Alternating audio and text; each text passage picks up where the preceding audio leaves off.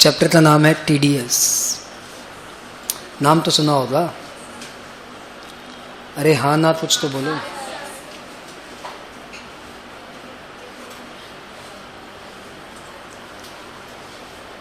Tax deducted at source. Copy में जाइए, बड़े बड़े अक्षरों में लिखिए टैक्स डिडक्टेड एट सोर्स। आपके एग्जाम में एक क्वेश्चन इससे जरूर आएगा, पक्का, 5 नंबर का। 10 का नहीं आएगा, 5 से 6 नंबर का पक्का आएगा।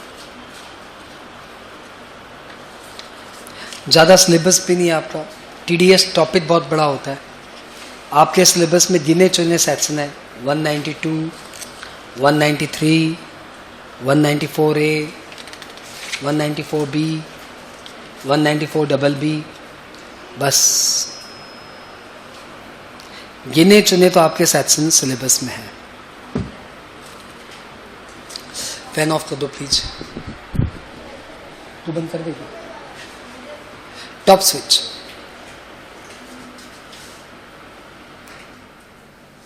क्या शांति होती है यार।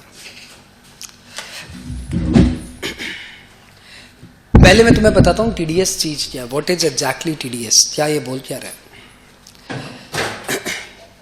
आप में से किसी को idea, any rough idea about TDS? नहीं, नाम तो मैंने यहां पे लिख दिया। इसके अलावा कुछ आइडिया टीडीएस क्या होता है? सॉरी, नहीं, कुछ नहीं। ओके ओके ओके,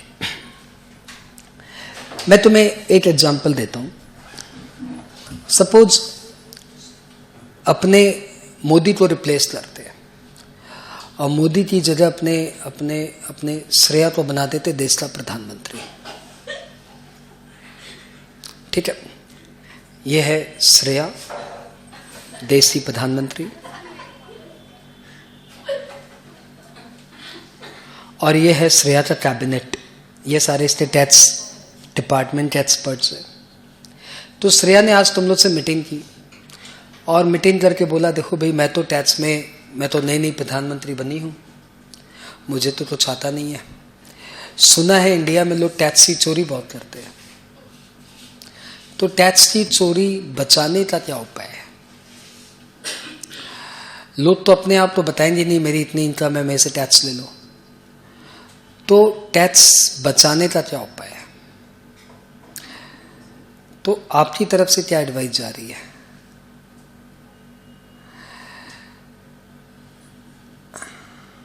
ओके, नहीं, ओके, ठीक। तो किसी एक ने श्रेया को एडवाइस दिया कि जिसको इनकम हो रही है, यानी रेसिपिएंट, ये कभी नहीं बताएगा कि मेरी इतनी इनकम है। बताएगा मालूम कौन? जो इसको पे कर रहा है, पेयर। तो क्यों ना हम लोग रेसिपिएंट से नहीं पूछते, पेयर से पूछते हैं कि बता किसको कितना पेमेंट दिया। बताओ आइडिया कैसे लगी? रेसिपिएंट तो कभी नहीं बताएगा कि मेरी इतनी इनकम होती है। पेयर से पूछो कि तूने किसको कितना दिया। यदि पेयर बता दे तो अपने आप ही सारे रेसिपिएंट की खबर लग जाए। आइडिया कैसे लगी? मतलब इनके पास आइडिया है नहीं, तो आइडिया दे तो उसकी तारीफ भी नहीं करते। एक चैप्टर यहां पे क्लोज। फिर श्रेया ने पूछा दूसरा क्वेश्चन। तुम्हें पता है श्रेया अपने देश की प्रधानमंत्री, अपने कैबिनेट से पूछा स्टाइल्स। तो ऐसे की तो ऐसे फील आया कि यार ऐसा होना चाहिए इसका। तो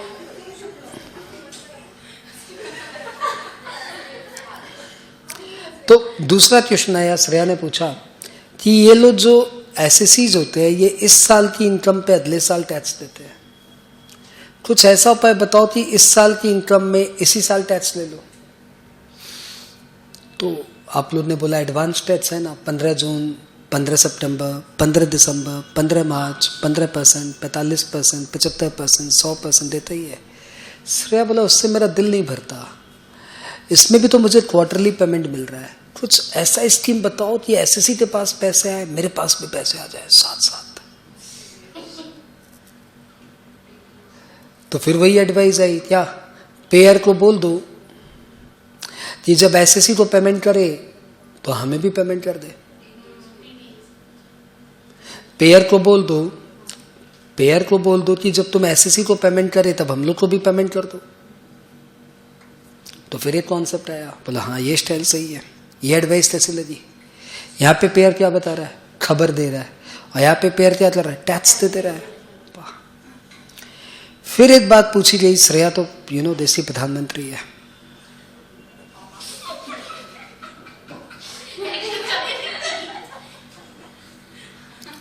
ओके।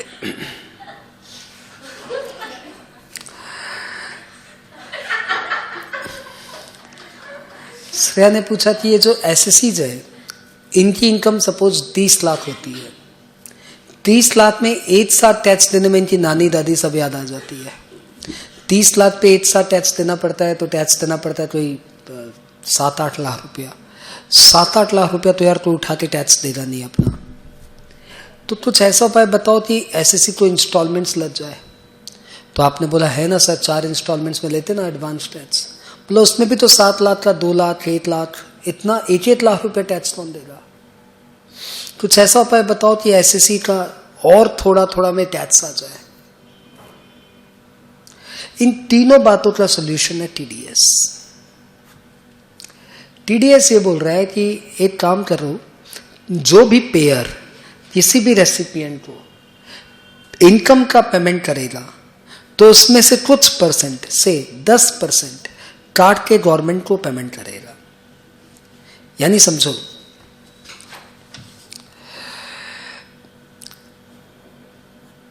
मेरे को पेमेंट कौन करते हैं?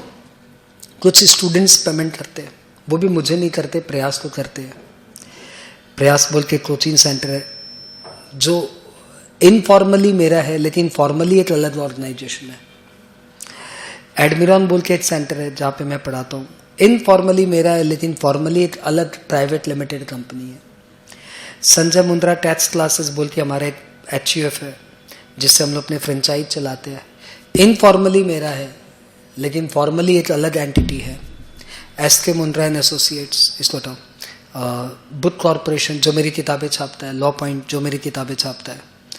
और मेरे को कौन पेमेंट करता है? मैं तो थोड़ा बहुत पेमेंट करते हूँ, मेरे क्लाइंट्स। तो ये मुंद्रा बैठ के बहुत कमा रहा है। इससे जब भी पूछो ये बोलता है कोई कमाई नहीं है, लॉस ही लॉस है।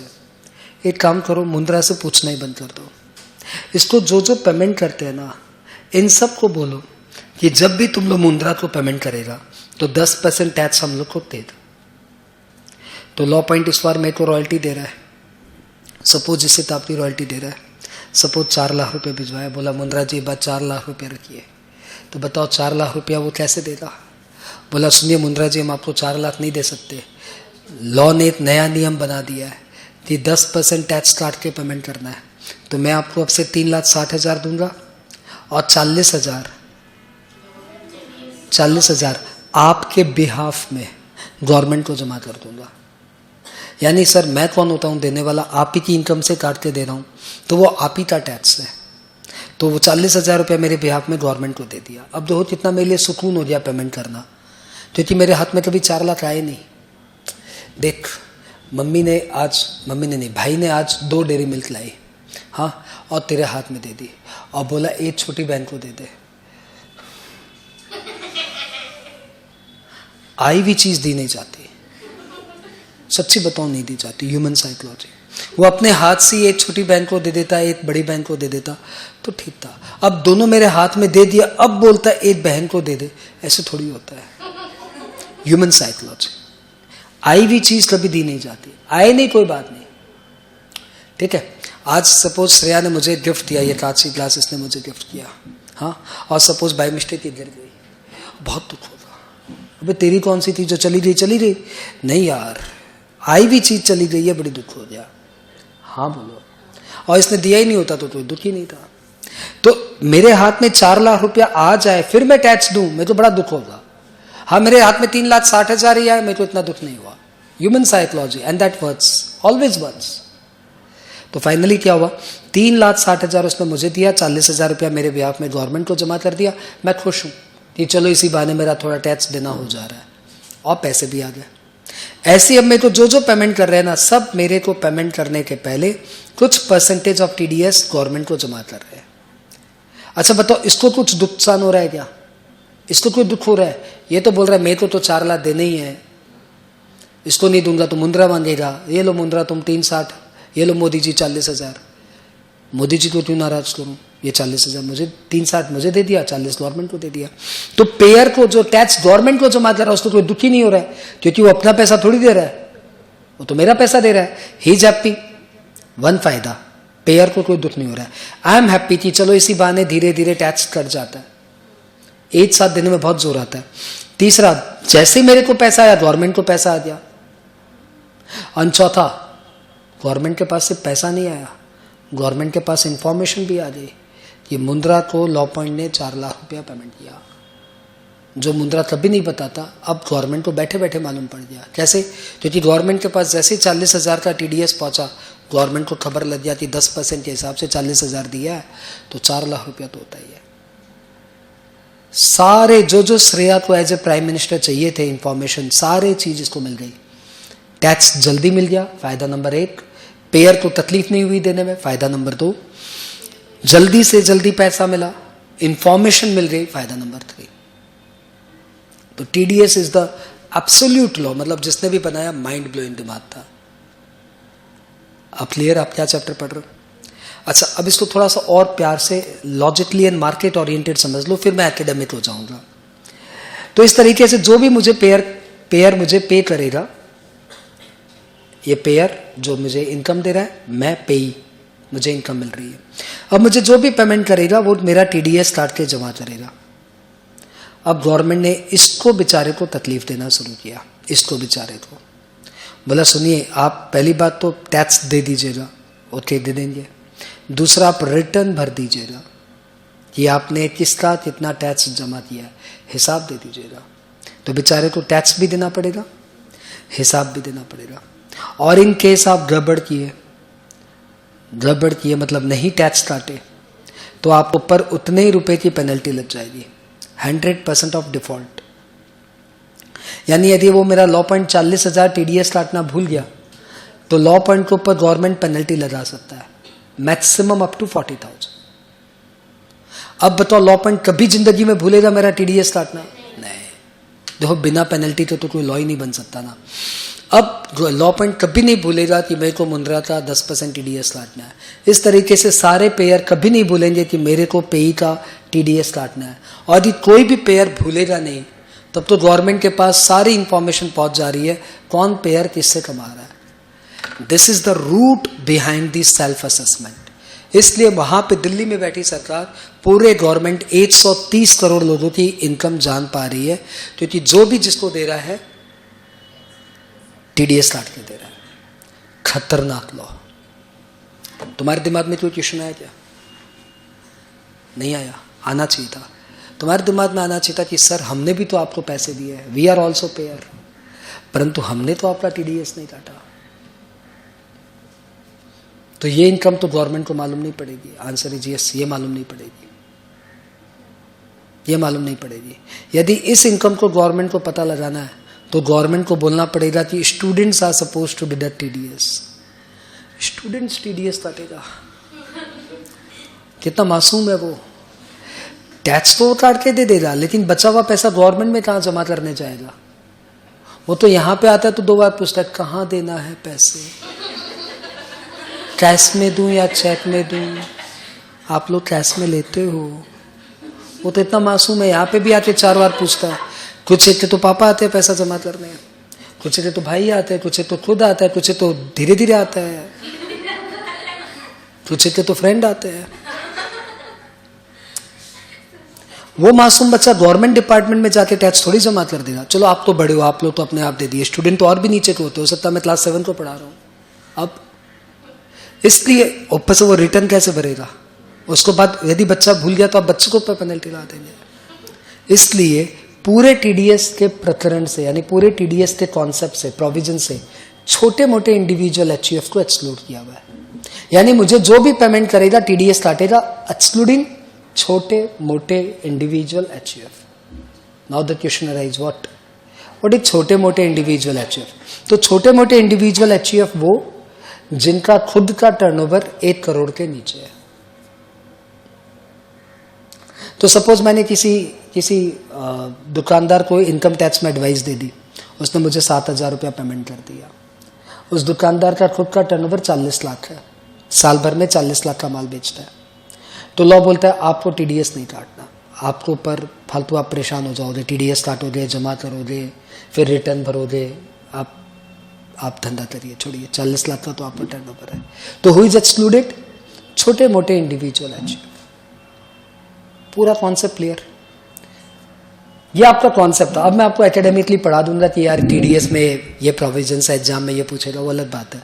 But why TDS? TDS means any payer makes a payment to any payee in excess of certain limit, then the payer deduct TDS at certain rate and deposit the same to the government, and quarterly he files the return. Kौन? Payer. And in case payer fail to do so, he'll be liable to penalty. अब देखो तुम्हारे syllabus में क्या बच्चा जैसा syllabus बनाया. तुम में से कोई आईटी रिटर्न भर रहा है क्या अभी? इनकम टैक्स रिटर्न पापा के लिए, मम्मी के लिए नहीं? ओके. टीडीएस आपके सिलेबस में डाला है 192, 193, 194A, 194B. महा बच्चा वाला सिलेबस 5 मिनट में हो जाएगा, लेकिन मैं धीरे धीरे करा रहा हूँ. सबसे पहले क्या करा रहा हूँ? 192. आराम से सुनो, मैं लिखाऊंगा, आराम से वेट करो, मैं लिखाऊंगा सब. 192 बोल रहा है टीडीएस ऑन सैलरी. आराम से सुनो, मैं सब लिखाऊंगा. टीडीएस ऑन सैलरी मतलब क्या? कि कोई भी पेयर जो कि एम्प्लॉयर है, किसी भी पेई को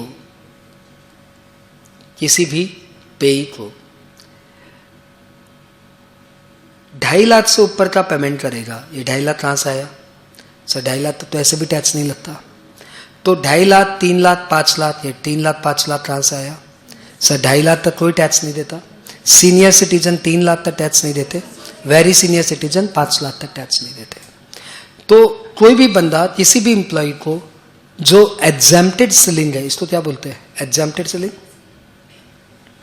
2.5 लाख को क्या बोलते हैं? Exempted ceiling. तो कोई भी बंदा किसी भी एम्प्लॉय को यदि 2.5 लाख से ऊपर की सैलरी देता है तो टीडीएस काटेगा at slab rate. Slab rate मतलब वही 2.5 लाख पे नील, 2.5 लाख पे नील, नेक्स्ट 2.5 लाख पे 5%, नेक्स्ट 5 लाख पे 20%, बैलेंस पे 30%. स्लैब रेट से टीडीएस काटेगा. कब टीडीएस काटेगा? टाइम कब काटना है? Eight the time of payment. जब पेमेंट करेगा तब टीडीएस काटेगा. ये क्या था? ये था सेक्शन 192. एक बार दोबारा सुनो. If any employer makes a payment to any employee in excess of 2,50,000 per annum, then tax will be deducted at source at the rate 2,50,000 nil, 2,50,000 5%, 5 lakh 20%, balance पे 30% at the time of making payment. ठीक. अब इसको ऐसे समझो, किसी की job पे लगाता हूँ. किसको जॉब पे लगाऊँ? नाम बताओ. सिमरन मैम. तुम्हारा नाम क्या है? सिमरन. तो सपोज हमारे यहाँ एक प्यारी सी लड़की, उसका नाम है सिमरन.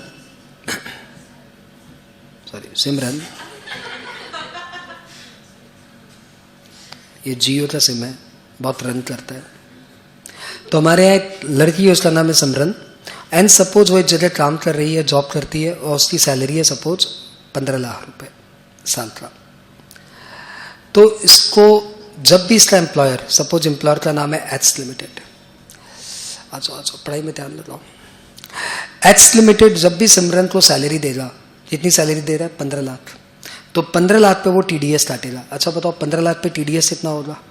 तो फर्स्ट 2.5 लाख पे नील, नेक्स्ट 2.5 लाख पे 12,500, नेक्स्ट 5 लाख पे 20% 1 लाख, और बचे हुए 5 लाख पे 30% 850, सब मिला के कितना हुआ 262,500।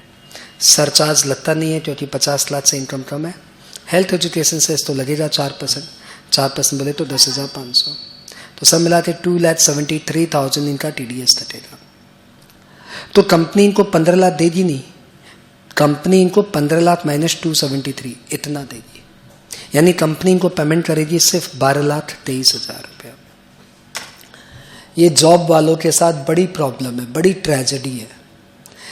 यदि मैं 40 लाख कमाता हूं तो कोई टैक्स नहीं देता, कुछ ना कुछ प्लानिंग कर ही लेता हूं। लेकिन यदि कोई जॉब में 40 लाख कमा रहा है तो बेचारे के ऊपर 10 लाख का तो टैक्स ही लग जाता है। देख लो सिमरन के साथ क्या हुआ, सिर्फ 15 लाख कमाती है और उसमें 2,73,000 यानी अप्रॉक्स 3 लाख रुपए का टैक्स देती है। और देती क्या, उसको मिलता ही नहीं है, उसकी सैलरी से पहले से ही काट के जमा कर दिया जाता है। Got it? या अब मेरे को ये बताओ, ये सिमरन को ये 12,23,000, ये 2,13,000, 2,73,000 का TDS ये कंपनी कब जमा करेगी? 2,73,000 का TDS गवर्नमेंट को ये कंपनी कब जमा करेगी?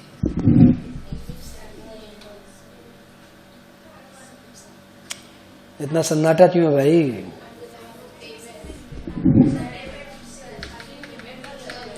पढ़ाई का मतलब होता है रिस्पॉन्सिवनेस। यदि आप पढ़ाई का मतलब समझते हो बीकॉम में 90 मार्क्स, तो गलत जगह आ गया। मेरे को तो ये सब समझ में नहीं आता, 90 मार्क्स, 80 मार्क्स, 60 मार्क्स। मुझे तो समझ में आता है कि कौन कितना शार्प है। शार्पनेस का मार्केट में पैसा है भाई, डिग्री का मार्केट में कोई पैसा नहीं है। क्या डेवलप करना है? शार्पनेस। और शार्पनेस एक दिन में डेवलप नहीं होती, शार्पनेस इंटरेक्ट करते करते डेवलप होती है। मैं भी एक दिन में अच्छा टीचर नहीं बन गया भाई, बहुत मेहनत कर करके बने हैं। शार्पनेस लाओ भाई, फटाफट लाओ। 2,73,000 कब जमा करना होगा?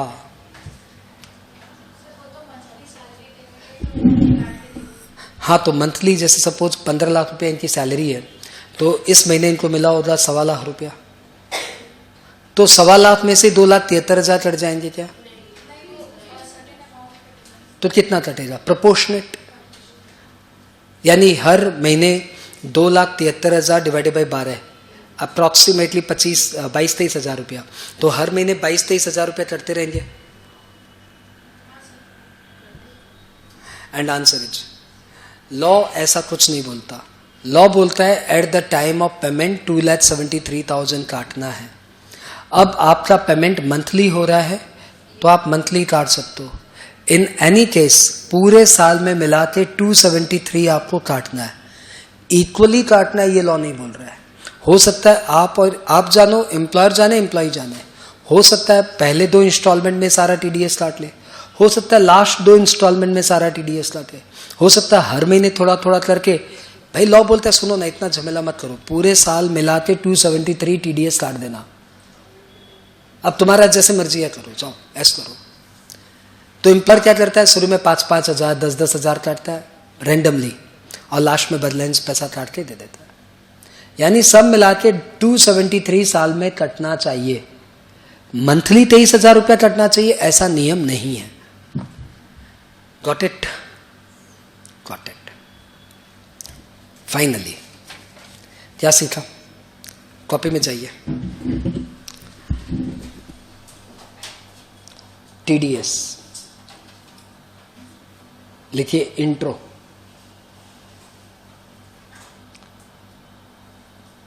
TDS is required to be deducted by payer या specified payer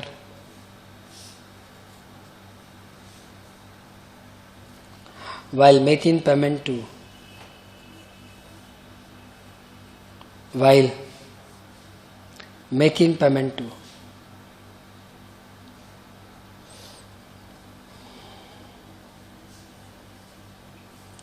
specified employee, specified payee at specified rate। यानी स्पेसिफाइड पेयर स्पेसिफाइड पेई को कोई भी पेमेंट करेगा तो स्पेसिफाइड रेट से TDS काटेगा। ये रेट वैरी करती है। जैसे सैलरी में स्लैब रेट है, इंटरेस्ट पे 10% है, लॉटरी पे 30% है।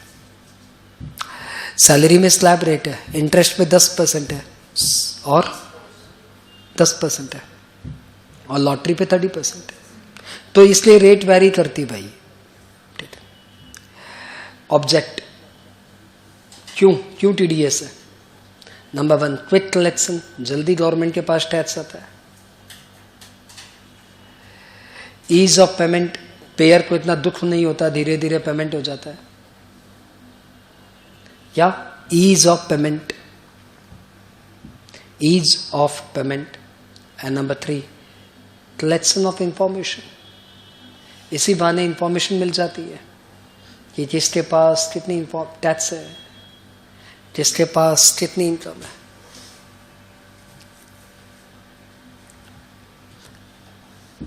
सेक्शन 192 नाम क्या आया? TDS on salary. 5 बातें बताओ मुझे। फर्स्ट वाला, who is pair? Any employer, कोई भी एम्प्लॉयर।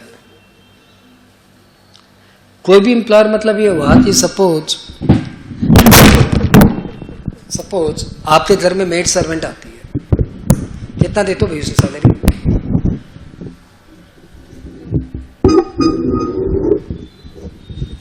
अरे कितना देते हो? से 2000 रुपया per month. Suppose Modi ji के अच्छे दिन आए और उनकी सैलरी 30,000 रुपया पर मंथ हो जाए, सपोज, और उनकी सैलरी 30,000 हो जाए। आजकल आप अपनी मेड सर्वेंट को 3,60,000 रुपया साल का देते हो। अच्छा बताओ 2.5 लाख से ऊपर हो गया कि नहीं हो गया? हो गया। तो आपको टीडीएस काटना पड़ेगा क्या? लाउडर नहीं। Answer is any employer. कोई भी एम्प्लॉयर किसी भी एम्प्लॉय को 2.5 लाख से ऊपर का पेमेंट किया तो टीडीएस कटेगा। तो आपके घर में जो बंदा नौकर है, जिसको आप जब बोले पानी लेके आ, आए चाय बना, ऐसा सुनना नीचे से पानी लेके आए, टीवी ऑफ कर, कुछ भी नहीं मिले, कुछ भी उसको डायलॉग दे के आप दिन भर कुछ ना कुछ काम करवाते रहे, तो उन बंदे नौकर को सपोज आपने 35,000 रुपया महीना देना शुरू कर दिया, तो उसका साल का 2.5 लाख से ऊपर हो गया। अब आपको उसके ऊपर टीडीएस काट के देना पड़ेगा, बिकॉज एनी एम्प्लॉयर। लेकिन यदि आप खुद ही छोटे मोटे इंडिविजुअल एचईएफ हो, आपका खुद का ही टर्नओवर 1 करोड़ के अंदर है, तब आपको माफ है।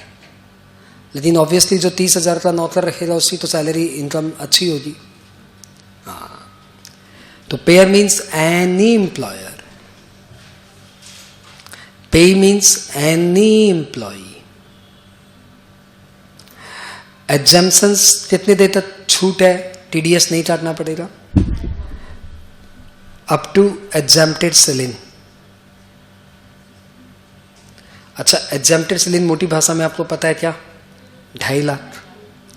लेकिन सीनियर सिटीजन के लिए 3 लाख, और वेरी सीनियर सिटीजन के लिए 5 लाख। ये क्या था? ये था इतने तक टीडीएस नहीं काटना। इसलिए आप अपने बंदे नौकर की जो सैलरी देते हो, कितना, शायद 10,000 रुपये महीना देते होंगे, इसलिए आप उस पर भी टीडीएस नहीं काट रहे हो। हाँ, हटाओ। रेट ऑफ टीडीएस याद नहीं आ रहा, क्या था बताना? Slab rate. स्लैब रेट बोले तो जिसको स्लैब रेट नाम ही नहीं पता हो लिख लो। 2.5 लाख पे 0, 2.5 लाख पे 5%, 5 लाख पे 20%, बैलेंस पे 30%।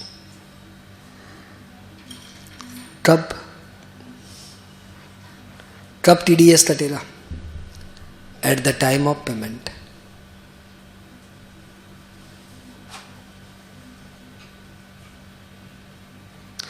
क्या हेल्थ एजुकेशन से एप्लीकेबल है? यस, हेल्थ एजुकेशन से एप्लीकेबल।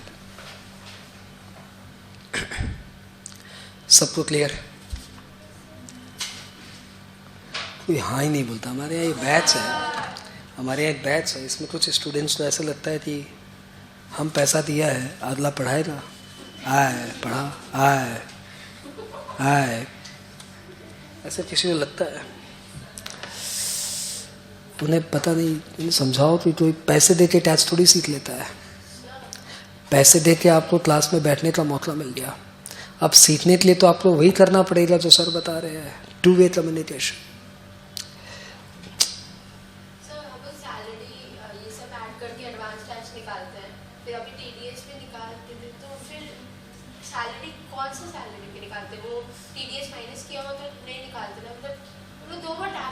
ऐसा लग रहा है तुमको?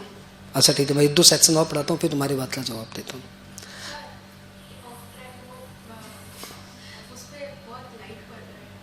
इस पे बताओ तो, आप ये बोलना चाह रही हो इस प्रोजेक्टर को ऑफ कर दो? नहीं नहीं,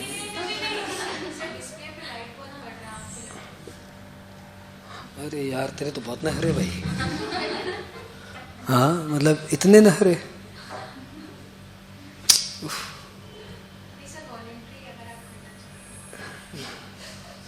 तो मैडम हमारे प्रॉब्लम क्या है, तो बोल देता फिर हम ध्यान दे देते हैं। एक बार मुश्किल है भाई, मैं ट्राई कर लेता हूँ, मुझे मुश्किल है। वीडियो वाले भाई 2 मिनट रुक जाओ आप, हमारे कुछ बच्चों की प्रॉब्लम आ गई है। सुन जान,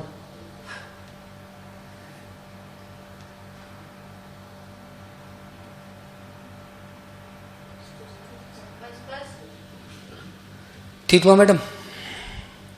देखिए समय तो आता नहीं, हमारे घर में भी क्या टीवी टावर लोग ठीक कर देते, हम लोग तो कुछ नहीं करते, हम लोग तो बैठ जाता है। 193 4 ही तो सेक्शन है यार, 5 है उसमें, देख दूसरे में तो आ गया है, interest on securities. Interest on securities, securities मतलब डिवेंचर्स, बॉन्ड्स, ये सब। तो हमारा लॉ क्या बोल रहा है? हमारा लॉ बोल रहा है कि कोई भी पेयर छोटे मोटे इंडिविजुअल एचयूएफ को छोड़ के, कोई भी पेयर यदि किसी भी रेसिडेंट पेई को, किसको? रेसिडेंट पेई को, यदि एक लिमिट से बेसी इंटरेस्ट का पेमेंट करेगा, कौन किसको पेमेंट करेगा? कोई भी पेयर छोटे मोटे इंडिविजुअल एचयूएफ को छोड़ के किसी भी रेसिडेंट पेई को एक लिमिट से बेसी पेमेंट करेगा, तो फिर टीडीएस काटेगा @ 10%। अब क्वेश्चन आता है लिमिट क्या है? तो ये लिमिट है 5000। 5000 से ऊपर का यदि इंटरेस्ट ऑन सिक्योरिटी पेमेंट हो रहा है तो फिर टीडीएस कटेगा। 5000 भी नहीं है, 2500 है, बकवास है, 2500 ही है, 2500 भी बकवास है, कुछ नहीं ऐसा लगा। तो कोई भी पेयर किसी भी रेसिडेंट पेई को एक लिमिट से बेसी पेमेंट करेगा तो 10% की रेट से टीडीएस काटेगा। तो हु इज द पेयर यहाँ पे? एनी पेयर अदर देन छोटे मोटे इंडिविजुअल एचयूएफ। एक बार मैं, आप लिखो मत ना, मैं सब लिखूंगा।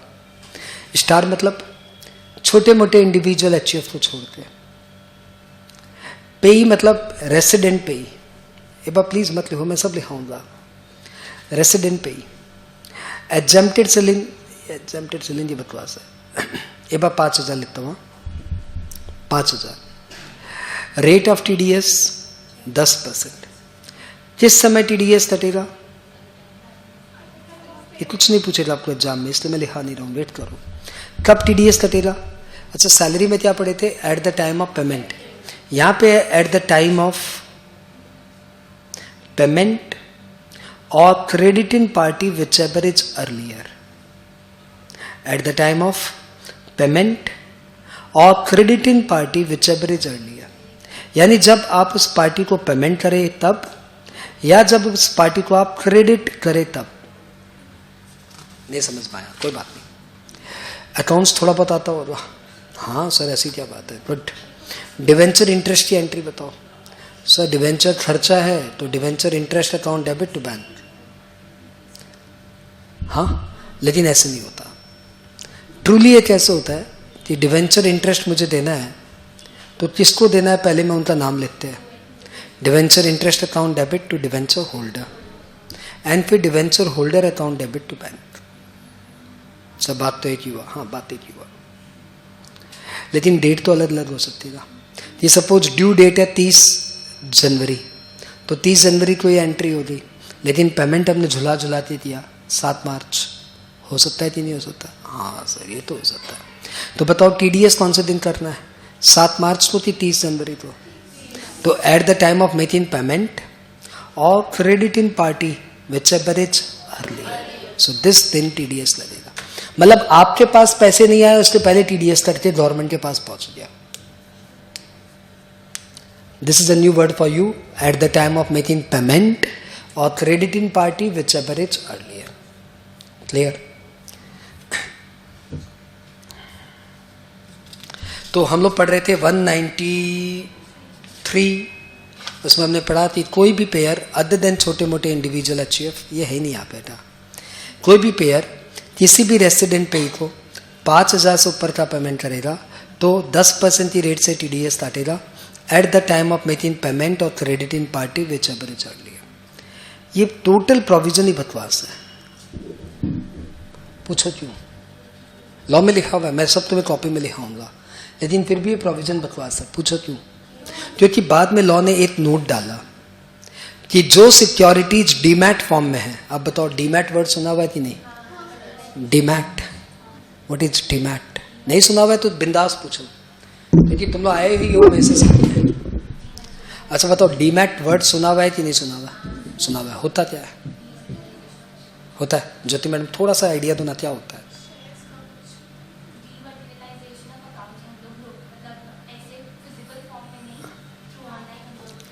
शेयर्स मटेरियल फॉर्म में नहीं है, अकाउंट फॉर्म में है, आपके अकाउंट में है।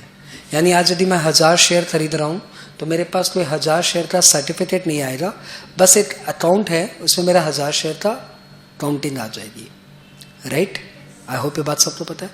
वैसे यदि मैं किसी कंपनी के डिवेंचर खरीदूँ तो मेरे पास 1000 डिवेंचर का कोई सर्टिफिकेट नहीं आएगा, बस मेरे अकाउंट में आ जाएगा। राइट? आपको लगता है कुछ ऐसा भी होता होगा कि 1000 सर्टिफिकेट आते हो? नहीं, ऐसा कुछ नहीं होता। तो नोट में इन्होंने क्या लिखा कि जो सिक्योरिटी डीमैट फॉर्मेट में है, तो सर सारी सिक्योरिटी तो डीमैट फॉर्म में है। हाँ, तो जो सिक्योरिटी डीमैट फॉर्म में है उस पे सेक्शन 193 नहीं लगेगा। अबे तो इतनी देर से क्या कर रहा था तू? इतनी देर बता रहा था 193 में क्या बोला, अब क्या बोला? अब जो है वो बोला। इसलिए एग्जाम में इससे पूछने की चांसेस नहीं है, क्योंकि any security which are lying in form of demat, that security is not subject to section 193। तो यदि आज आप किसी कंपनी के डिवेंचर्स लेते हो तो ऑब्वियसली वो डीमैट फॉर्म में आपको मिलेंगे, और यदि वो डीमैट फॉर्म पे है तो उस पर TDS ऐसे भी नहीं लगेगा। तब तो 193 का कोई औचित्य नहीं है। Yes, it has no relevance today. ये तभी लगेगा जब आप किसी कचरा कंपनी, अनलिस्टेड कंपनी के शेयर खरीद लो, डिवेंचर खरीद लो। अनलिस्टेड कंपनी डीमैट फॉर्म में नहीं होती, प्राइवेट लिमिटेड कंपनी के डिवेंचर्स ये डीमैट फॉर्म में नहीं होते। तो यदि आप किसी बहुत ही छोटी सी कंपनी के डिवेंचर खरीद लेंगे तो ये प्रोविजन अप्लाई होगा, अदरवाइज अप्लाई नहीं होगा। Got it? अब आपके पास परफेक्ट और पूरा नॉलेज है, इसलिए कभी किसी को मत बोलना डिवेंचर पे भी तो TDS लगता है। किस बात का TDS लगता है? सारे डिवेंचर तो डीमैट फॉर्म में है, किस बात का TDS? कोई है ही नहीं। 193, if any payer makes a payment to a resident payee in excess of rupees 5,000, then it is subject to TDS at the rate 10% at the time of making payment or credit in party, whichever is earlier. However, if the securities are lying in demat form, then no TDS. एक बार मेरी खुशी के लिए आप भी अपने अपनी जबान से बोलो। कितनी सुंदर लगती है लड़कियों की प्यारी प्यारी आवाज। तो प्लीज एक बार उस आवाज से मुझे थोड़ा सा सुना दो। ये 193 क्या है? एज पर सेक्शन 193, मैडम आपकी आवाज सुनने के लिए तरस रहे कान। हाँ, as per section 193, if any payer makes a payment to resident payee in excess of rupees 5,000, then TDS will be deducted at the rate 10% at the time of making payment or credit in party, whichever is earlier. However, if the securities are lying in demat form, no TDS. ऐसे ही याद है तुम्हें? फिर भी तुम्हारी खुशी के लिए तुम लिख लो। जब तुम लिखोगे तो मैं तुम्हें एक अमेंडमेंट और बताऊंगा, इसमें आया है नया नया ताजा ताजा। Section 193, interest on securities. Sir हमें सब याद, आपको बोलने की दरकार नहीं है। ओके गुड, लिखो। पेमेंट एनी पेयर,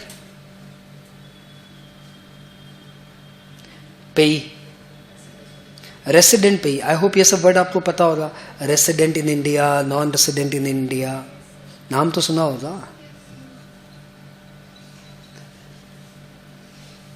रेसिडेंट पेई। Exempted selling 5,000।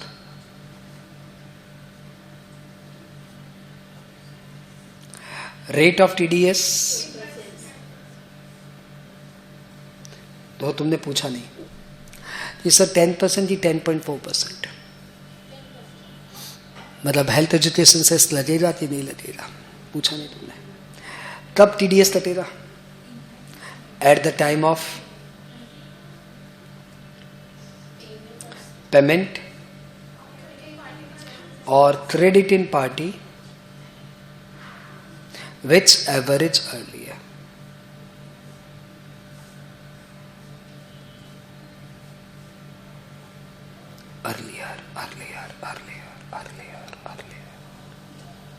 हेल्थ एजुकेशन से एप्लीकेबल होगा क्या? नो।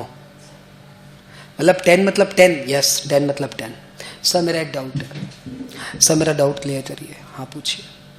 सर यदि 6,000 का इंटरेस्ट हो, सपोज अनलिस्टेड कंपनी से 6,000 का इंटरेस्ट मिला डिवेंचर, तो सर टीडीएस कटेगा? हाँ कटेगा। क्या रेट से? 10%। 10% किस पे? 6,000 पे, 1,000 पे। क्योंकि आपने बोला 5,000 से ऊपर इंटरेस्ट होता है तो 10% टीडीएस लगता है। बट माई डाउट इज 5,000 से ऊपर होने पे पूरे अमाउंट पे कटता है कि एक्सेस अमाउंट पे कटता है? एंड आंसर इज पूरे अमाउंट पे कटता है। यानी यदि आपको 6,000 का इंटरेस्ट मिला तो 6,000 पे 10% टीडीएस कटेगा। समझ में आया क्या? ये हर जगह, ऐसा नहीं कि हाल इसमें बोल रहा हूं, हर जगह। एक नोट और लिख लो, Note 1. If securities are lying in demat form,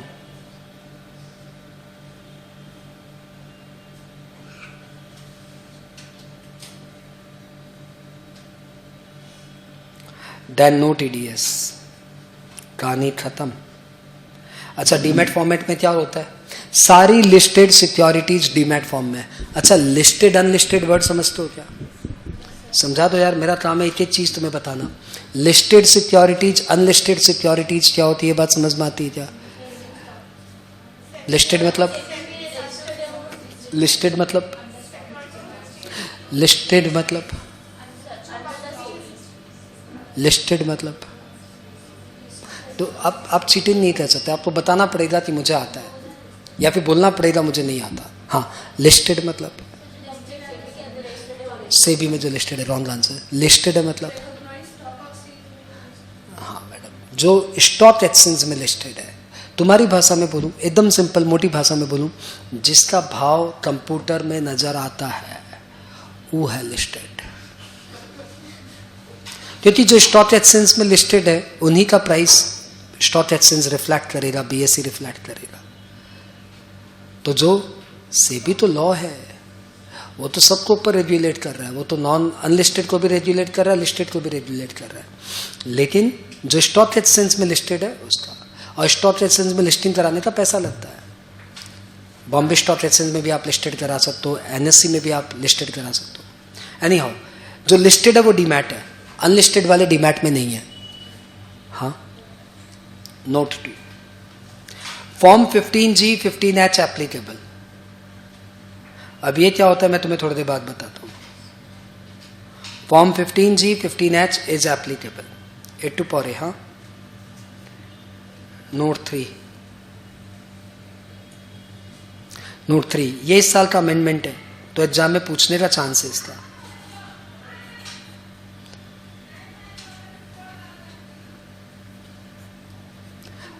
amendment in assessment year 1920, नया अमेंडमेंट आया है। इस साल गवर्नमेंट ने एक बॉन्ड बनाया 7.75% GOI saving taxable bond, taxable saving bond. ये बॉन्ड का नाम है क्या? क्या नाम है? 7.75% government of India taxable saving bond.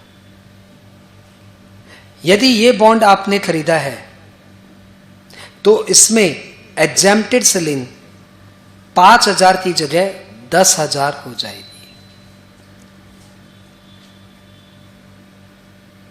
यानी इस बॉन्ड से आपको 8,000, 9,000, 10,000 तक का इंटरेस्ट मिल रहा है तो नो टीडीएस, और 10,000 से ऊपर मिल रहा है तो पूरे पे टीडीएस। नॉर्मली क्या था? नॉर्मली ये था 5,000 से ऊपर होते टीडीएस। इस बॉन्ड के साथ खासियत क्या है? 10,000 के ऊपर टीडीएस। बॉन्ड का नाम क्या है? 7.75% GOI taxable saving bond. Amendment है इसलिए इंपॉर्टेंट, अदरवाइज तो बकवास था। सबको क्लियर? अरे 192 भी याद हो गया क्या? अरे झूठा ही सही, बोल तो दो आप, याद हुआ कि नहीं याद हुआ? चलो ठीक है, मैं एक बात दोबारा बोल दूं। सेक्शन 192 में क्या किया हमने कि कोई भी एम्प्लॉयर किसी भी एम्प्लॉय को 2.5 लाख से ऊपर की सैलरी पेमेंट करेगा तो स्लैब रेट से टीडीएस काटेगा at the time of making payment, cess applicable होगा। 193 में क्या पड़ा कि कोई भी पेयर किसी रेसिडेंट पेई को 5,000 से ऊपर का इंटरेस्ट ऑन सिक्योरिटीज पेमेंट करेगा तो 10% की रेट से टीडीएस काटेगा at the time of making payment और credit in party whichever is earlier, लेकिन सेस एप्लीकेबल नहीं होगा। However if the securities are line in demat form then no TDS. और एक 7.75% बोल के गवर्नमेंट का बॉन्ड है, उसमें तो यार 10,000 तक एग्जाम्प्ट चलेगा। एक 15G 15H और होता है जो हमारे सर बताए नहीं, पता नहीं क्या था, बताए ही नहीं। अब सीखो 194 है, ये बहुत इंपॉर्टेंट है। ये घर घर में लगता है टीडीएस, पापा से पूछना हो बता देंगे, हाँ मेरा भी लगता है। 194 है, interest other than interest on security.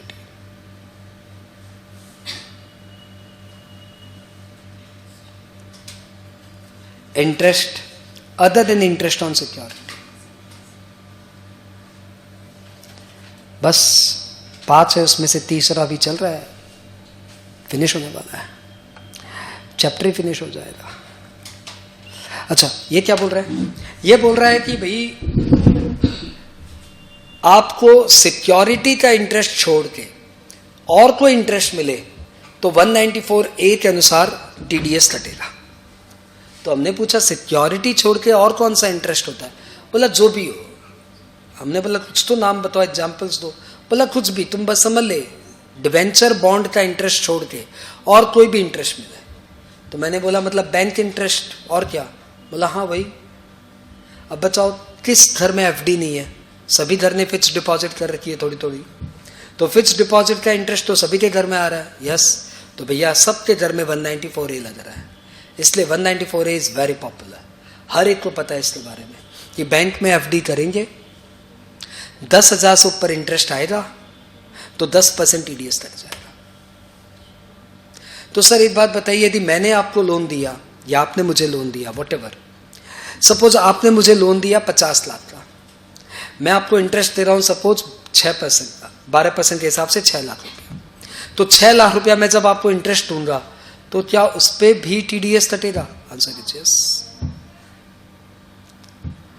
तो सर एक बात बताइए, मैंने अपनी एक फ्रेंड को एक बार 5,000 रुपया लोन दिया था, उस पर वो मेरा टीडीएस नहीं काटा, तो यार 10,000 तक तो ऐसे भी नहीं कटता, 10,000 इंटरेस्ट तक तो ऐसे भी नहीं कटता, ऊपर से छोटे मोटे इंडिविजुअल एचयूएफ पे नहीं कटता।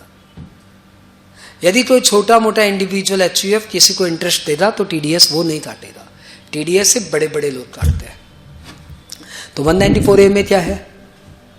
इफ एनी, लिखना मत, आराम से सुनो, 3-4 बार सुनना चाहिए। If any pair other than छोटे मोटे individual HUF, what do mean by छोटे मोटे इंडिविजुअल एचयूएफ? जिसका turnover in last year was up to 1 crore.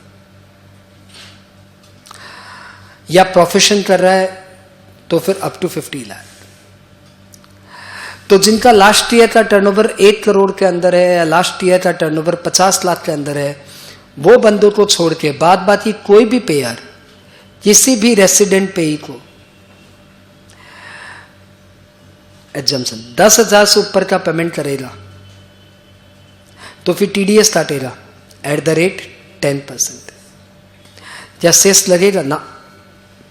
कब टीडीएस काटेगा, टाइम कब काटेगा, तो answer is at the time of making payment और credit in party which average. समझो इसको, यहां पे समझाना बहुत आसान है चीज. चलो आज बैंक चलते एफडी कर देते हैं. तो मैंने बैंक में गया, मैंने बोला भैया जी 60,000 की एफडी कर दीजिए.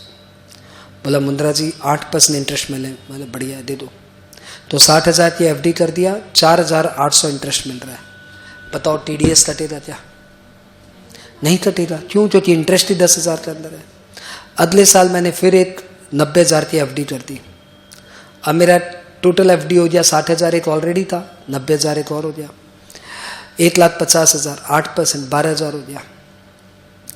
अब टीडीएस कटेगा. यस. 2,000 पे थी 12,000 पे, 12,000. अब ये एफडी की टाइम लिमिट है 3 साल. मतलब 3 साल के बाद ये पैसे मुझे मिलेंगे. तो जब अपने बैंक में एफडी करते हैं तो उसमें एक मैच्योरिटी अमाउंट लिख देता है कि भाई आप 60,000 की एफडी कर रहे हो, 3 साल बाद आपको 90,000 रुपये मिलेंगे सपोज. या आप 1.5 लाख की एफडी कर रहे हो, 3 साल बाद आपको 2,18,000 रुपये मिलेंगे सपोज. यानी क्या मुझे हर साल इंटरेस्ट मिल रहा है क्या?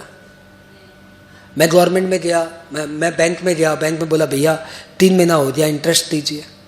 ऐसे हाथ बढ़ाया. बताओ हाथ में रुपया देगा कि डंडा? कुछ नहीं देगा. न रुपया देगा न डंडा देगा.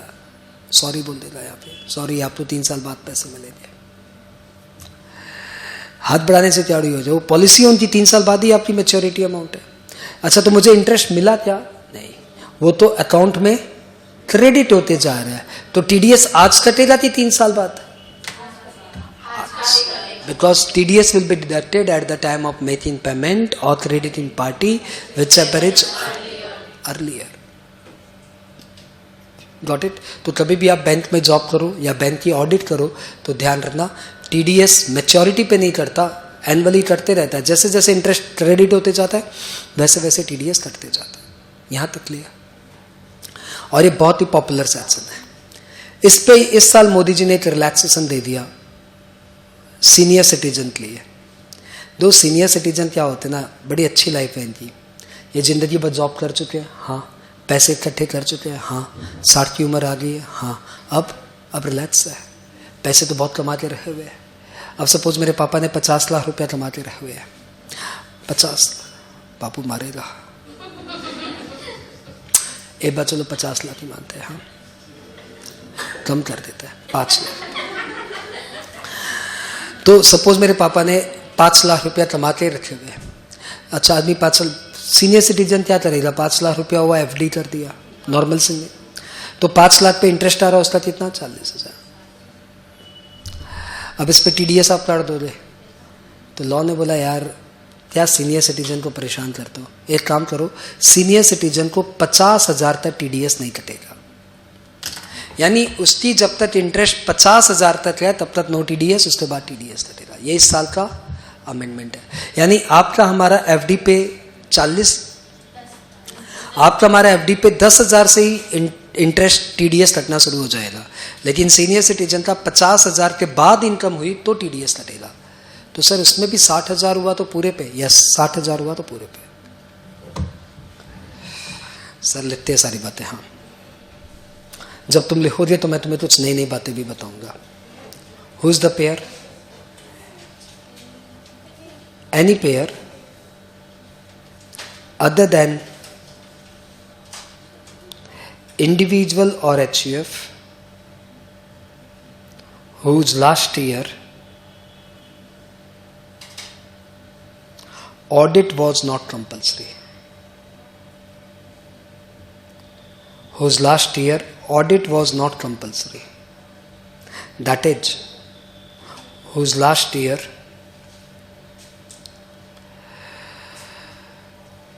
Turnover of business was within 1 crore और gross receipt from profession was within 50 lakh. I hope ये बात सबको समझ में आ गई. हमारे इनकम टैक्स में उन्हीं की ऑडिट होती है जिनका टर्नओवर 1 करोड़ से ऊपर होता है या ग्रॉस रिसीट 50 लाख से ऊपर होती है. सुना क्या? हमारे इनकम टैक्स में उन्हीं की ऑडिट होती है जिनका टर्नओवर 1.5 करोड़ के 1 करोड़ के ऊपर होता है या फिर ग्रॉस रिसीट 50 लाख से ऊपर होती है. तो जिनका लास्ट ईयर टैक्स ऑडिट नहीं हुआ था, यानी कि जिसका लास्ट ईयर टर्नओवर 1 करोड़ के अंदर था, ग्रॉस रिसीट 50 लाख के अंदर थी, वैसे इंडिविजुअल एचयूएफ टीडीएस नहीं काटेंगे, बाद बाकी सब टीडीएस काटेंगे. हु इज द पेई? रेसिडेंट पेई. एग्जेम्प्टेड सेलिंग, बोलो बोलो बोलो, 10,000. लेकिन with in bracket for senior citizen 50,000. ये साल का अमेंडमेंट है, ध्यान रखना. अमेंडमेंट मतलब इंपॉर्टेंट है. जहां जहां अमेंडमेंट है वहां वहां इंपॉर्टेंट है. रेट, क्या रेट से टीडीएस काटेगा? 10%.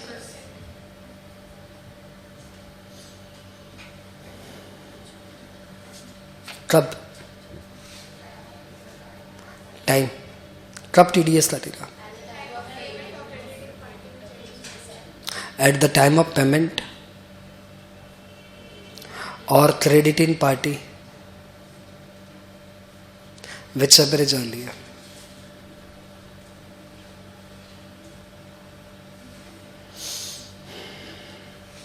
हुआ क्या? रेट हो गया. Health education cess not applicable. हो गया. Note,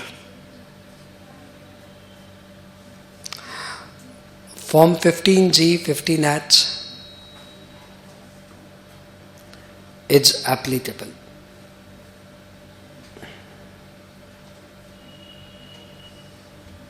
Form 15G 15H is applicable. What is it? ये मैंने लास्ट कॉल भी नहीं बताया, अब तो बताना पड़ेगा. क्या भला है मैं तुम्हें समझाता हूँ. कौन कौन यहाँ बैंक का एग्जाम्स दे रहा है? बैंक का एग्जाम्स देने का मूड बनाया है? लक्ष्मी तू बैंक का एग्जाम्स? अच्छा, सिमरन बैंक का एग्जाम्स नहीं. तो हमारे यहाँ एक लड़की है सिमरन, और वो बैंक का एग्जाम्स देगी. सपोज उसने बैंक का एग्जाम्स दिया और सपोज वो पास हो गई एंड सपोज वो ब्रांच की मैनेजर बन गई, बैंक ब्रांच मैनेजर. बट थोड़ी सी दिक्कत है. दिक्कत ये है कि ब्रांच जो है वो थोड़ी गांव में है, थोड़ा भीतर जाके है, थोड़ा और भीतर, मतलब ज़्यादा भीतर नहीं. यहाँ से ट्रेन पकड़ो, 4-5 घंटा टहलना पड़ेगा, फिर उतर के एक बस करनी पड़ेगी, फिर थोड़ा उतर के एक नाव से नदी पार करनी पड़ेगी, फिर थोड़ा साइकिल चलाओगे आ जाएगी. तो वहाँ पे सिमरन की बैंक है, बाहर 4 स्टाफ है, चौबे जी, दुबे जी, छब्बे जी, और भीतर हमारी सिमरन जी का चैम्बर है. सिमरन का चैम्बर है. अच्छा, आपको क्या लगता है ये ब्रांच चलती होगी कि चलती नहीं होगी? चलती होगी. हमारे इंडिया में गांव में पैसा है. बस हमारे क्या यहाँ पे जो गांव के लोग हैं बड़े प्यारे होते हैं, बड़े भोले, मासूम, नादान, बड़े दिल से जीते हैं, बड़े दिल से. तो हमारे गांव का एक आया बंदा, और मैडम जी आप नहीं आए हो मैनेजर, हाँ मैडम जी गिफ्ट दो. और मैडम जी को भिंडी, तोरी, आलू, परवल का पूरा एकदम ताज़ा. अरे मैडम जी अभी खेत से आया, अभी दिया है आपको. मैडम ने बोला थैंक यू. मैडम जी तो एफडी कराना है, बताइए क्या करें? बोले तो फॉर्म भर दीजिए आप, एफडी हो जाएगी. कितने रुपए की करानी है? बोला वही समझने आए हैं, 1 लाख रुपए की करानी है. बड़ी मेहनत से कमाया है इस बार, भगवान की दया से, आप लोग के आशीर्वाद से 1 लाख की कमाई हुई है, तो 1 लाख की एफडी करनी है. गाँव वाले बड़े प्यार से बात करते हैं. तो मैडम ने बोला हो जाएगा, कोई इशू नहीं है. बोला नहीं, हम ये समझना चाहते हैं कितना इंटरेस्ट मिलेगा. अब एक बात तुम्हारे समझने के लिए, मैथमेटिक्स इजी रहे। मैडम ने बोला 10% इंटरेस्ट मिलेगा। बोला 10% मतलब नहीं समझे, कितना मिलेगा? बोले 1 लाख रुपया लगाएंगे तो 10% मतलब 10,000 रुपया मिलेगा। तब तो बढ़िया है, कर दीजिए हमारा 1 लाख का FD। बताइए कहाँ साइन करना है? तो साइन करवा दिया, 1 लाख का FD हो गया। 1 साल बीत गया, वो बंदा आया, मैडम जी नमस्ते, आप ले लाए हैं गिफ्ट। वही भिंडी, आलू, परवल, लौकी भी आ रहा है, रुक जाइए, बैंगन, वो बड़े वाले बैंगन हुए वो भी आ रहे हैं। बोले ठीक है। बोले भैया क्यों आए? बोले वो 1 साल हो गया, 10,000 का इंटरेस्ट लेना है। बोले वो हो, बाहर चौबे जी से ले लीजिए। चौबे जी के पास गया वो, भैया जी हमारा 1 लाख का FD था। हाँ, इंटरेस्ट लेने आए हो? हाँ। वो दिन के बतला दिया, कितना रुपया? सपोज 2 लाख की FD करते, 2 लाख की FD, तो बताओ कितना इंटरेस्ट? 20,000 रुपया। बताओ कितना पकड़ाया? वो तो बेचारा TDS काटा, 10,000 से ऊपर होते तो TDS कटेगा। वो TDS काट के 2,000 रुपया काट के 18,000 रुपया पकड़ा दिया।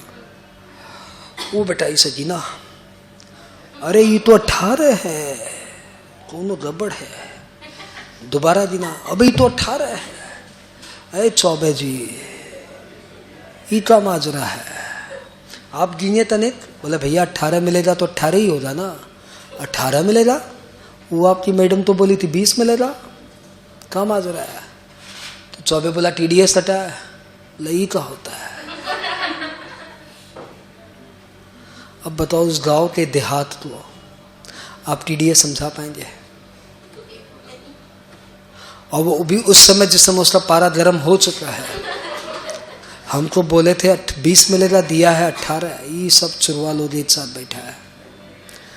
बताओ, अब चौबे उसको बाहर बैठ के समझा रहा है TDS, और वो वहां से बोल रहा है ई का होता है, बेसिक गड़बड़ मत करो, सब बैंकवा बंद कर देंगे तुम्हारा, तुम चीने नहीं हो।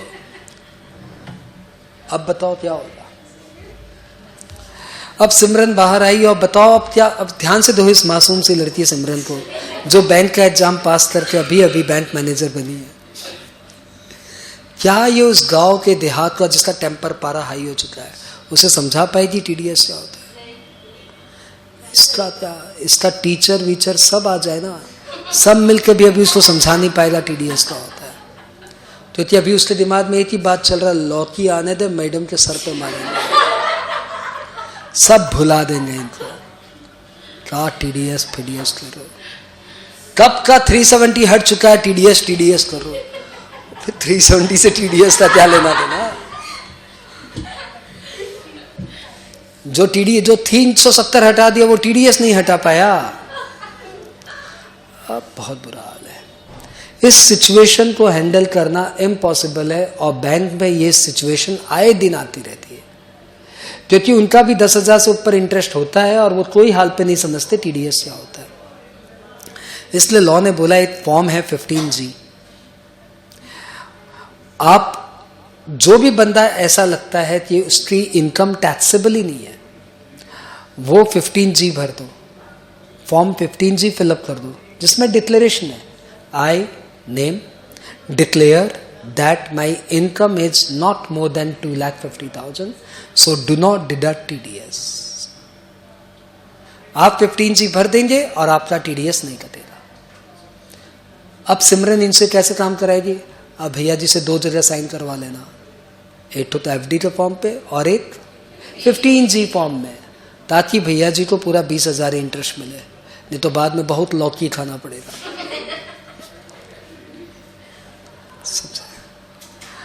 तो फाइनली 15G ये बोल रहा है कि कोई भी बंदा 15G भर सकता है। तुम्हारे दिमाग में आ रहा है 15H क्या होता है? सीनियर सिटीजन भरता है तो 15H भरता है, बाद बाकी लोग भरते तो 15G भरता है। दोनों का मतलब तुम्हारे लिए एक ही है कि वो बंदा ये डिक्लेयर कर रहा है my income is with in exempted ceiling, so do not deduct TDS। ये दोनों फॉर्म सिर्फ इंटरेस्ट पे एप्लीकेबल है, सैलरी में एप्लीकेबल नहीं है। बात clear? 15G clear, 15H clear, over. हम लोग बढ़ते हैं तुम्हारे अंतिम पड़ाव जिसका नाम है 194B। एक बार मेरे लिए सारे सेक्शन बोल दो ना, मैं खुशी खुशी घर जाऊंगा। 194B क्या पढ़ा था?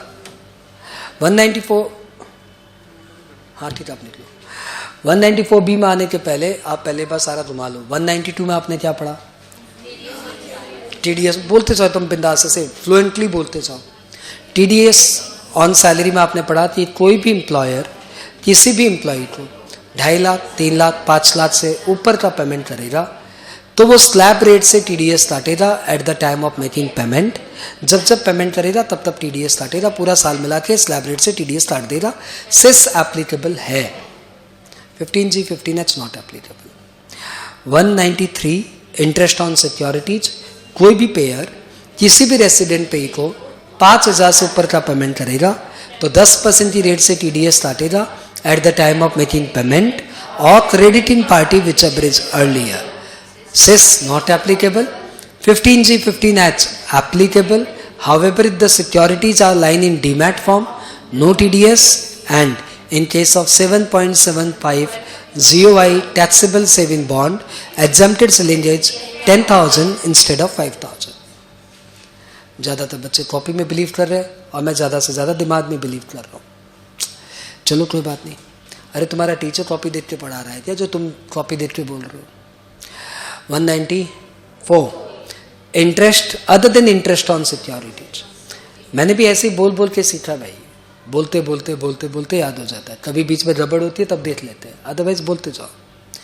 तुम भी ऐसे ही करो, बोलते जाओ बोलते जाओ बोलते जाओ। प्रॉब्लम हुई तो देख लेना कौन मना कर रहा है, लेकिन प्रॉब्लम हुई नहीं इसलिए पहले ही देखना शुरू कर लिया, ये रॉन्ग है। 194A interest other than interest on securities. कोई भी पेयर अदर देन छोटे मोटे इंडिविजुअल HUF किसी रेसिडेंट पे को 10,000 से ऊपर का इंटरेस्ट पेमेंट करेंगे तो टीडीएस काटेंगे at the rate 10% at the time of making payment और crediting party which ever is lower. To be noted, form 15G 15H applicable, cess not applicable.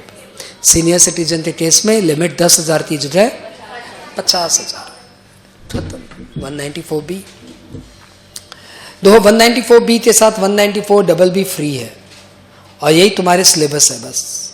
यानी ये कर लिया, ये तो फ्री में मिल जाएगा, एक के साथ एक फ्री है, बात खत्म, सिलेबस पैक। 194B क्या बोल रहा है? 194B बोल रहा है कि कोई भी पेयर आराम से किसी भी पेय को lottery, betting, gambling, KBC, crossword puzzle, ये सब जो कैजुअल इनकम है ना, कौन कौन सी वापस से बोलना?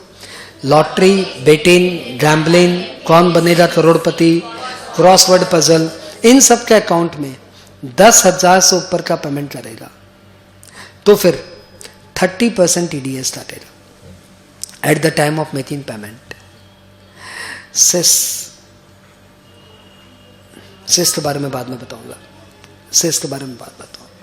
कोई भी पेयर किसी भी पेय को कैजुअल इनकम का पेमेंट करेगा 10,000 से ऊपर तो 30% TDS काटेगा at the time of payment. Cess को लेके नियम यह है कि यदि आप रेसिडेंट है तो सेस नॉट एप्लीकेबल, यदि आप नॉन रेसिडेंट है तो सेस इज एप्लीकेबल। यानी यदि कौन बनेगा करोड़पति में आप और हम बैठे तो सपोज हम लोग 1 करोड़ जीत जाए और 30% TDS कटेगा, 1 करोड़ में से 30 लाख रुपए हट जाएंगे, हमें मिलेंगे 70 लाख। लेकिन सपोज वो क्रिस गेल खेला नॉन रेसिडेंट तो उसका TDS कटेगा 31.2%। सेस लेके अरे 30 के ऊपर 4% मारोगे कितना होगा? अरे 30 का 4 बताओ, 30 का 4% बताओ, 1.2, तो 31.2% TDS कटेगा उसका और इसको मिलेगा कितना? 68,880,000। तो रेसिडेंट को मिलता है तो नो सेस और नॉन रेसिडेंट को मिलता है तो सेस लगता है। कितना आसान था। कोई भी पेयर किसी भी पेय को 10,000 से ऊपर का पेमेंट करेगा, 30% TDS काटेगा at the time of payment, खत्म। ऑल है 194B।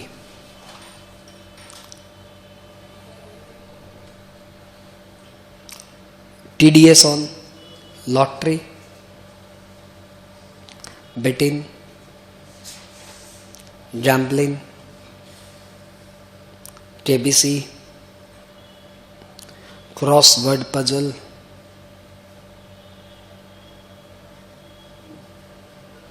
Etcetera.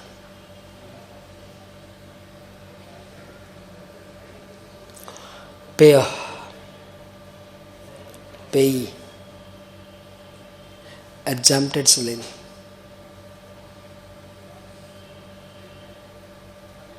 Rate, time, health, education cess. अपने आप भर दो भाई, सब अपने आप भर दो।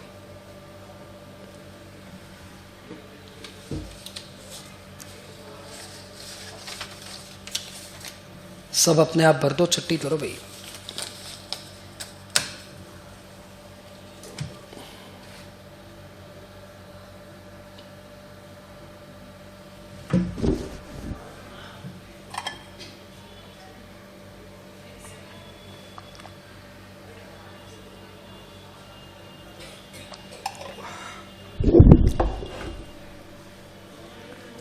भर दिया? चेक करो, कोई भी पेयर, किसी भी पेय को 10,000 से ऊपर का कैजुअल इनकम का पेमेंट किया तो 30% TDS काटेगा at the time of payment. Cess resident लिए नॉट एप्लीकेबल, नॉन रेसिडेंट लिए एप्लीकेबल। कुछ नहीं बोलना, पत्ता वाला सेक्शन है ये। एक बंदी की लॉटरी लग गई, इसकी लगाऊं, लक्ष्मी की लॉटरी लाते हैं। लक्ष्मी ने लॉटरी का टिकट खरीदा और इसका फर्स्ट प्राइज उड़ गया। फर्स्ट प्राइज के नाम पे बताओ क्या उठा? Guess what? कार। कितने की कार? 20 लाख की कार। अब पेयर बोल रहा है मैं तुम्हारा TDS कैसे काटूं?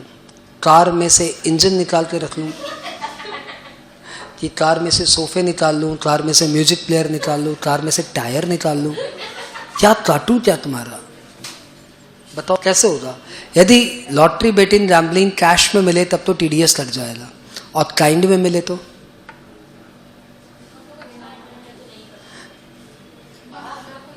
देना होगा। मतलब लक्ष्मी तो मिला, पहले तो बात तुम बीच में आ मत। अब बता लक्ष्मी को क्या करना होगा, क्या देना होगा? TDS मतलब क्या? 20 लाख का 30% 6 लाख रुपया देना पड़ेगा। And answer is C right.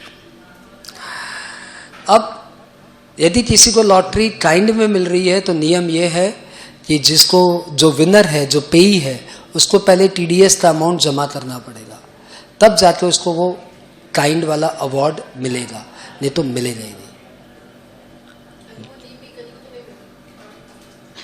नहीं मिलेगा। मतलब नॉर्मली ये लोग क्या करते हैं, हो सकता है किसी गांव वाले को लग गई लॉटरी, उसके पास 6 लाख है ही नहीं तो कहाँ से देगा। तो नॉर्मली जो लॉटरी ऑर्गेनाइजर रहते हैं वो लोग ऑल्टरनेट रखते हैं, या तो आप 20 लाख की कार ले लीजिए या फिर 15 लाख कैश ले लीजिए, ऐसे ऑफर रखता है वो लोग। तो सब्सटीट्यूट रखता है वो लोग, और नहीं तो वो अरेंज करवा देता है कि आपको यदि नहीं हो रहा है तो इनसे 15 लाख ही आपसे खरीद लेंगे, आप 15 लाख लेके 6 लाख जमा कर दीजिए, 9 लाख रुपये आपको मिल जाएगा। तो ऐसे उनका, हाँ, मैनिपुलेशन उनका रहता है अरेंजमेंट। तो 20 लाख की गाड़ी कोई भी खरीद लेगा 15 लाख में, क्या प्रॉब्लम है? बात क्लियर? एक नोट लिख लेते हैं। If winning from lottery etcetera is in kind, then amount of TDS need to be deposited first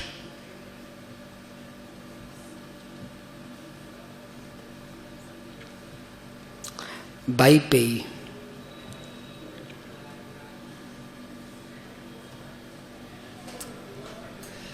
लो भाई, ये भी हो गया तुम्हारा।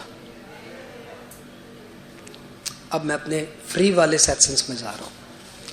194BB, एक के साथ एक फ्री। 194BB तुम्हारा फेवरेट, इसका नाम है winning from horse races.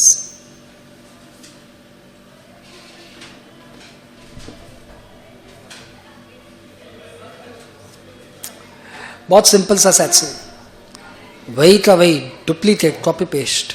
Pair पेई, एग्जैम्प्टेड सेलिंग, पूरा का पूरा सेम, रेट, पेमेंट, सेस, पूरा का पूरा भर दो तो भाई सेम। कोई भी पेयर किसी भी पेई को 10,000 से ऊपर का पेमेंट करेगा तो 30% TDS काटेगा at the time of payment. Cess resident है तो नॉट एप्लीकेबल, नॉन रेसिडेंट है तो एप्लीकेबल, खत्म। बस ऊपर टाइटल चेंज हुआ, उसमें नाम क्या था, लॉटरी, बेटिंग, गैम्बलिंग, और इसमें नाम क्या हुआ, इसमें नाम क्या हुआ, विनिंग फ्रॉम हॉर्स रेस, बात खत्म। अरे ये क्या हुआ, TDS चैप्टर फिनिश हो गया। यस, क्या करेंगे, 5 मिनट में पूरा रिवीजन करेंगे। रिवीजन देखो, प्रैक्टिकल टॉपिक तो क्या होता है ना, मैं आप लोग को होमवर्क दे देता हूं, आप घर में पढ़ लेते हो, काम खत्म। थ्योरी पेपर में जब मैं आपको बोलूंगा ना घर में पढ़ के आना, तो आप लोग क्या करते हो, बदमाशियां करते हो, पढ़ के नहीं आते। तो मैं थ्योरी पेपर में क्या करता हूँ, रिवीजन करा देता हूँ, और वो रिवीजन की रिकॉर्डिंग भी कर देता हूँ कि घर पे सुन तो लोगे कान में डाल के, खुद दिन भर डिलीवर रहते, एक दिन रिमोट मोबाइल चला के एक बार मेरा वाला भी लगा देना। मोबाइल पे जाइए, एक ऑडियो रिकॉर्डिंग करिए और इसको 3-4 बार सुन के आ जाना। हाँ सर इतना टाइम नहीं है, रिकॉर्ड तो करो।